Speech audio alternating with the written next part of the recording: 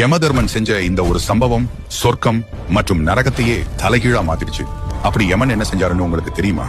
யமதர்மன் ஒரு முறை பிச்சைக்காரனை போல் தன்னை மாற்றிக்கொண்டு வீடு வீடாக சென்று யாசகம் கேட்டு வந்தார்.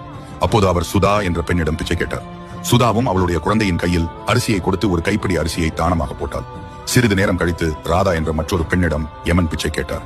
ராதாவும் அவளது குழந்தையின் கையில் அரிசியை கொடுத்து தானமாக போட்டாள். அதன் பிறகு காலம் கடந்தது. பல ஆண்டுகள் கழித்து சுதாவும் ராதாவும் இறந்து யமலோகம் சென்றனர். இவர்கள் இருவரையும் பார்த்த யமதர்மன் சுதாவை சொர்க்கத்திற்கும் ராதாவை நரகத்திற்கும் அனுப்புமாறு கூறினார். இதை கேட்டவுடன் மிகவும் கோபம் அடைந்த ராதா அவளும் நானும் ஒரே சேலை தானே செய்தோம், இருவருமே தானம் கொடுத்தோம், ஆனால் எனக்கு மட்டும் ஏன் நரகம் என யமனிடம் ஆவேசமாக கேட்டாள். அதற்கு யமன் சிறு புன்னகையுடன் கூறினார். சுதா அவள் குழந்தையின் கையால் அரிசியை போட்டால் குழந்தைக்கு அதன் புண்ணியம் வந்து சேரும் என்ற எண்ணத்தில் அவ்வாறு செய்தாள். ஆனால் நீ குழந்தையின் கை மிகவும் சிறியதாக இருக்கும், அவள் கையில் போட்டால் மிகவும் சிறிய அளவு அரிசியே செலவாகும் என்ற எண்ணத்தில் தானம் செய்தாய். நீங்கள் இருவரும் செய்த செயல் ஒரே மாதிரியாக இருந்தாலும் உங்களுடைய எண்ணங்கள் வேறு வேறு. எண்ணம் போலவே வாழ்க்கை அமையும்.